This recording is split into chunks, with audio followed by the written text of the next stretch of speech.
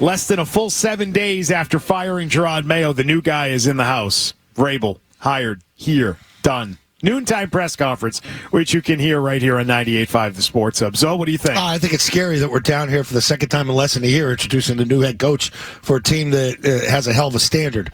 Hey, but we're here. This is the guy that I wanted. If you were going to move on for Gerard Mayo, I did not want another coordinator with zero experience.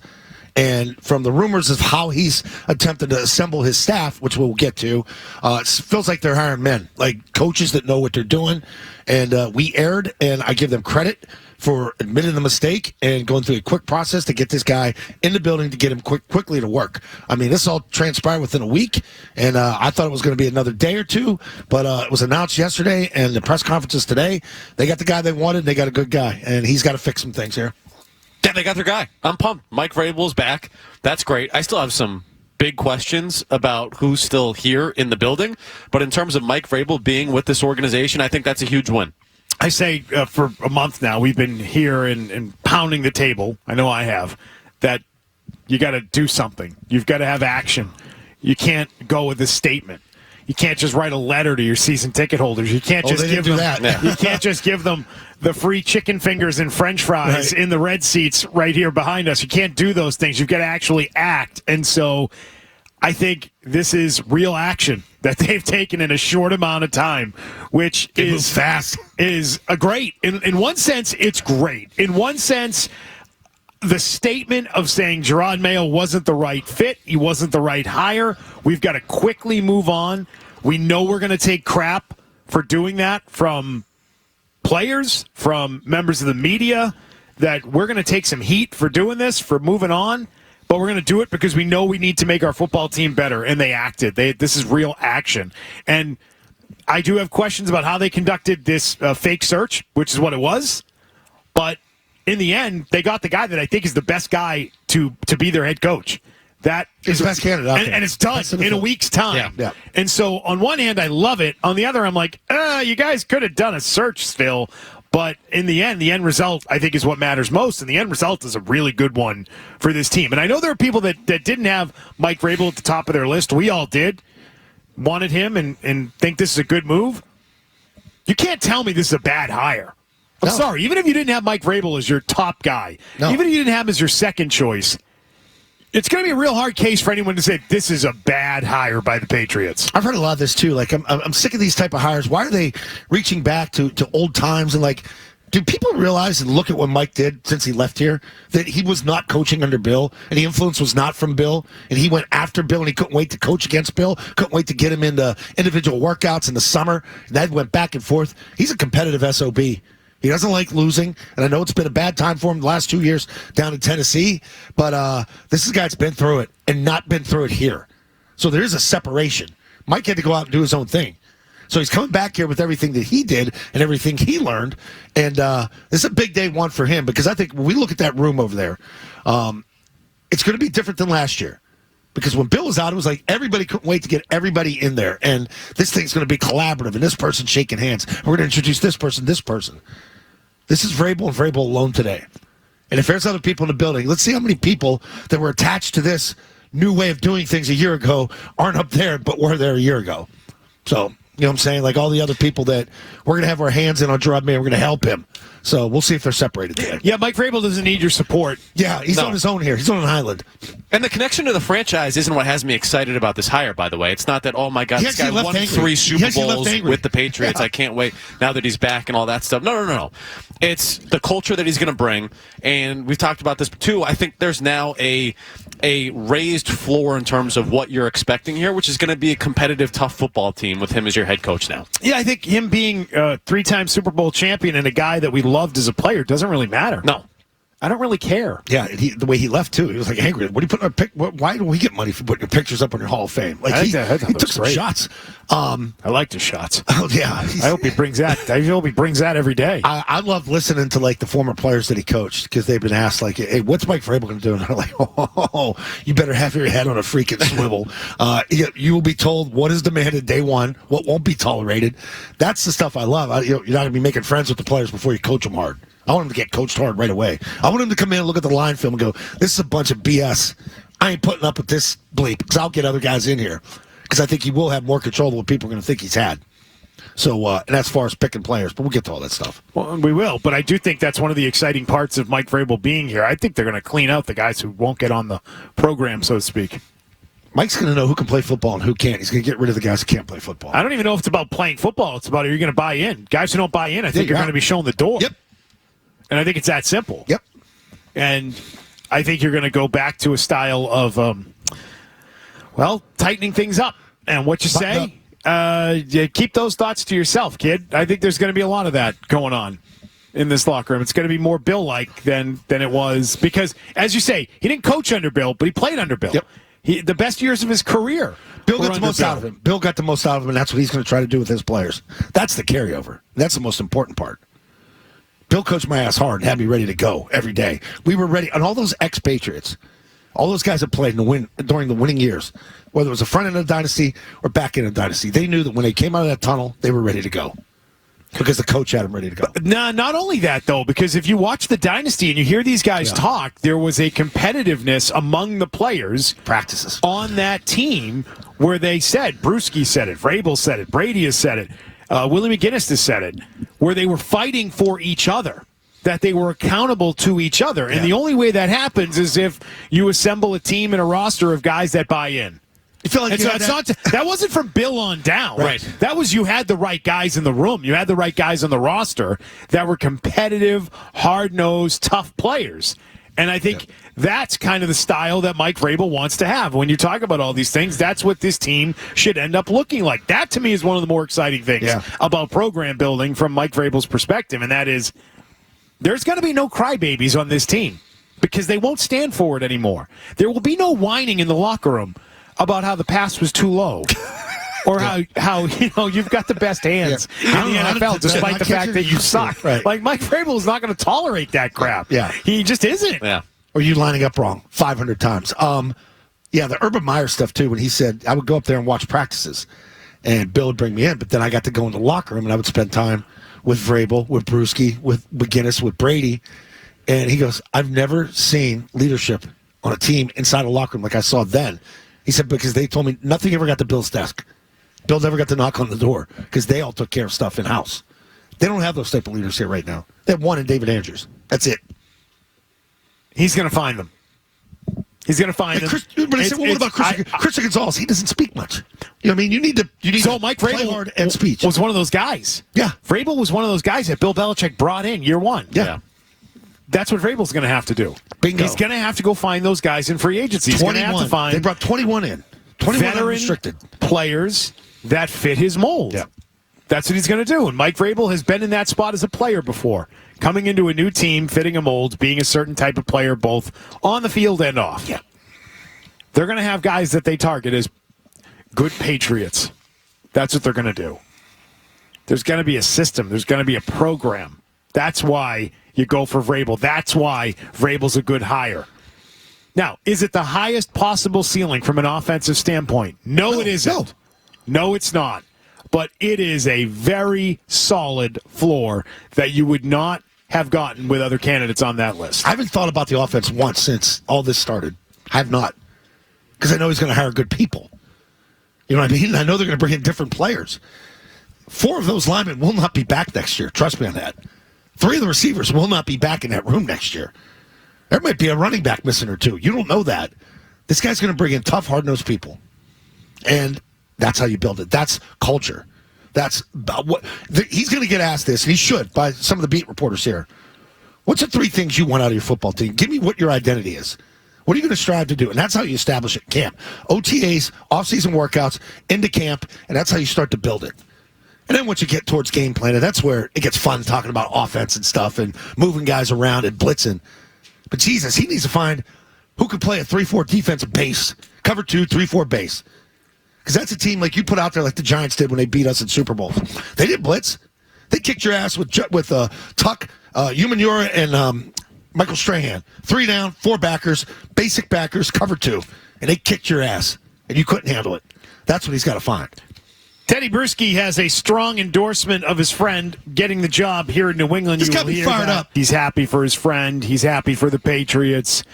And at the end, he said he can collaborate To a point. Yeah, I like that. To a point. And he compared him more to Parcells than Belichick in terms of how he runs things. And I think he probably means he's more like Parcells in that he can have a normal conversation with people. Yeah. Like a normal human. You can walk down the hallway and that man won't have his head down and not say hi to you. Right. He'll say hi, and then he might tell you to go F yourself. It's what it is. So he can collaborate to a point. But last year at this time, as though you mentioned in the first segment, you said there was all this talk of collaboration. There was all this talk of working together and support, and we're going to, have a great team. Unity. Yeah, you can throw all that garbage right into the can, okay? Yeah. That should be over. You could take less collaboration now. You could go down there and take a big blue roller and roll it in that tray pan and just paint over all the walls, and those walls are going to be plain. Get rid of all the pictures, get rid of all your sayings, get rid of all your motivational things in the past, and just do your own thing. Just go do your own thing. He's got a chalkboard now, black, white chalkboard. Let him go.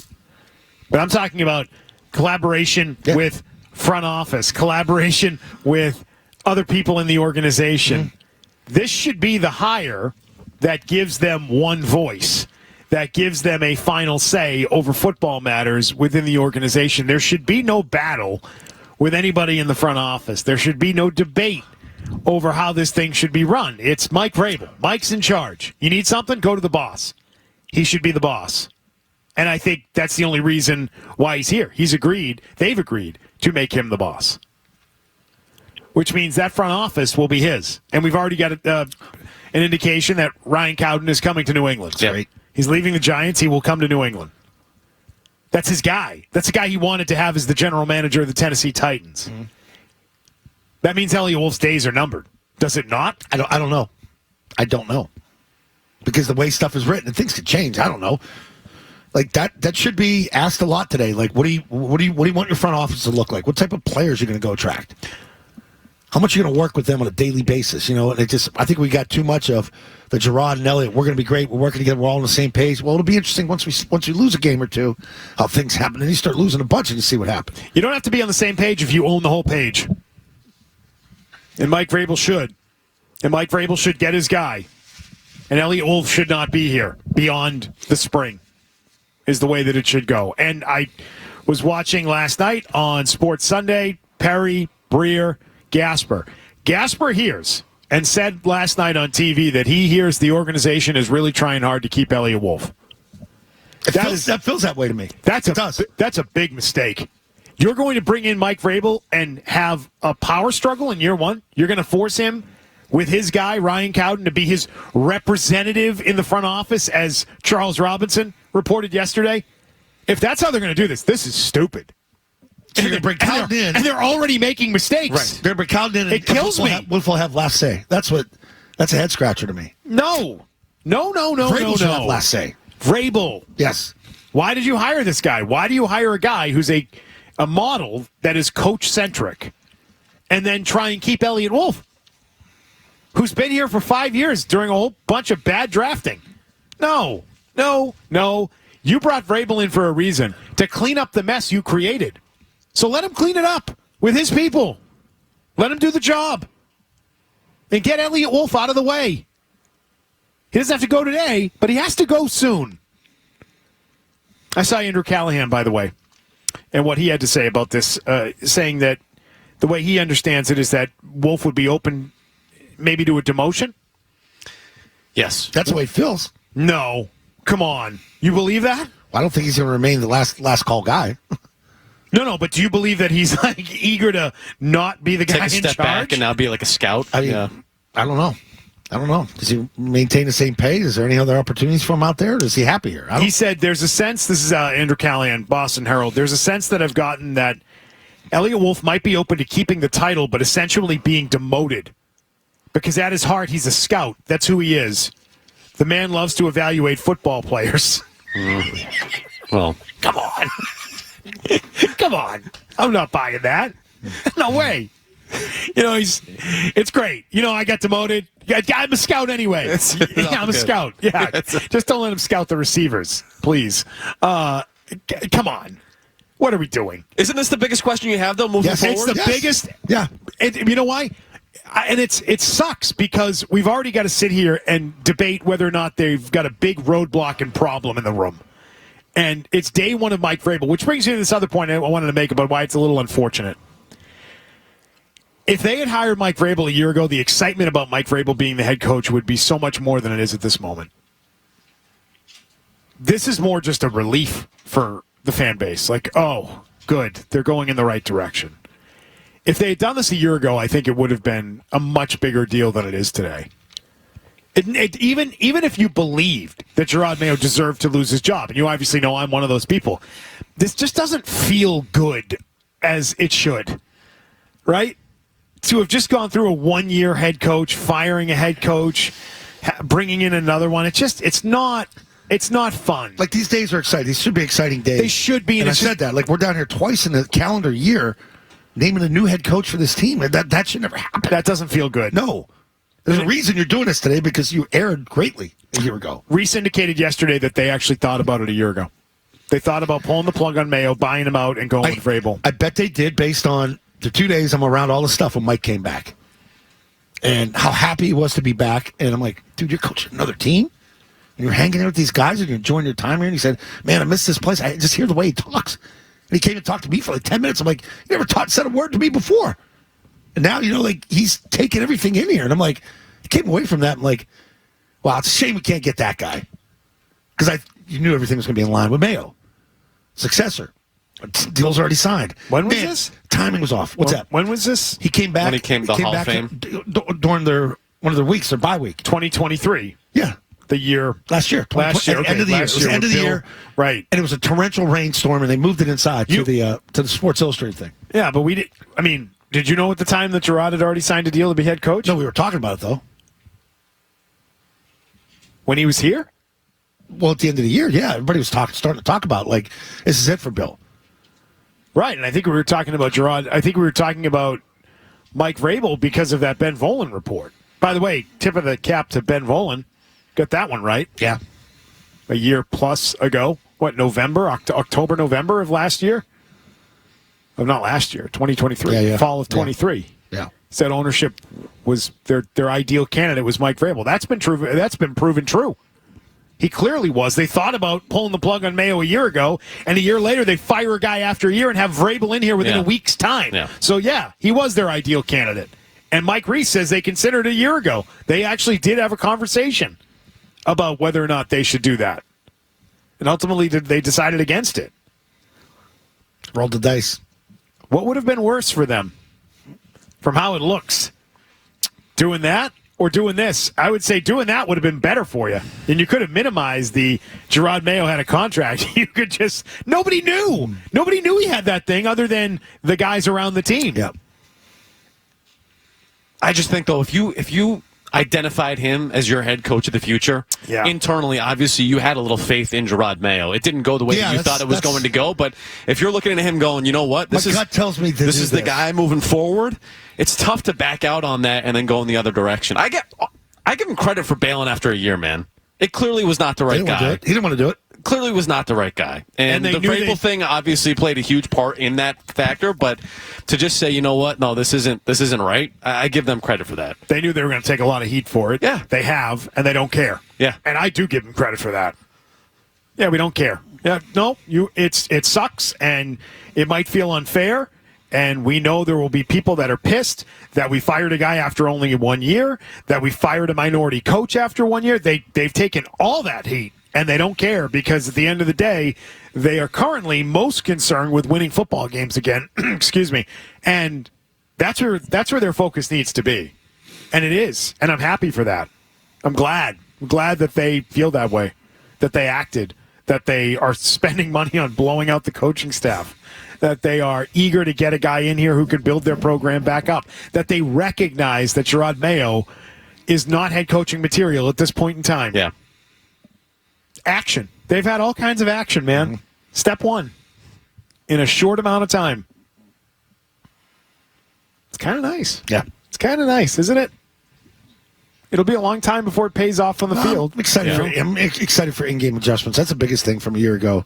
Just felt like we never had. It was like the ability to adjust in-game, mid-game, the start of the game, at the end of the game. Seems like they just rolled the same concept every week. They never built anything week to week. It's like, here's the plays. I would get excited like week 8, like, holy crap, Bob, we haven't seen this play. That was fun. You know? Because like, oh, wow, they did something different. They're coming out 2 tights. 2 tights, 2 tights, 2 tights. Hey, come out 4 wide one day. Hey, can we go hurry up? I think the quarterback can handle hurry up. We never did that. Nothing. This guy will have him ready to go. Prepared week to week. Yeah. Yeah. What do you think they're going to do with the uniforms? Do you think they're going to keep the same uniforms? No, you got to go hard reset, man. You got to go hard reset. Can they do that now?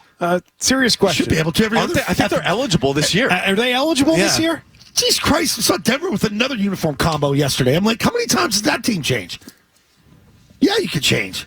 Baltimore played in their old ones, the greatest look Baltimore has, the purple jerseys and those clean white pants. They play in all black all year.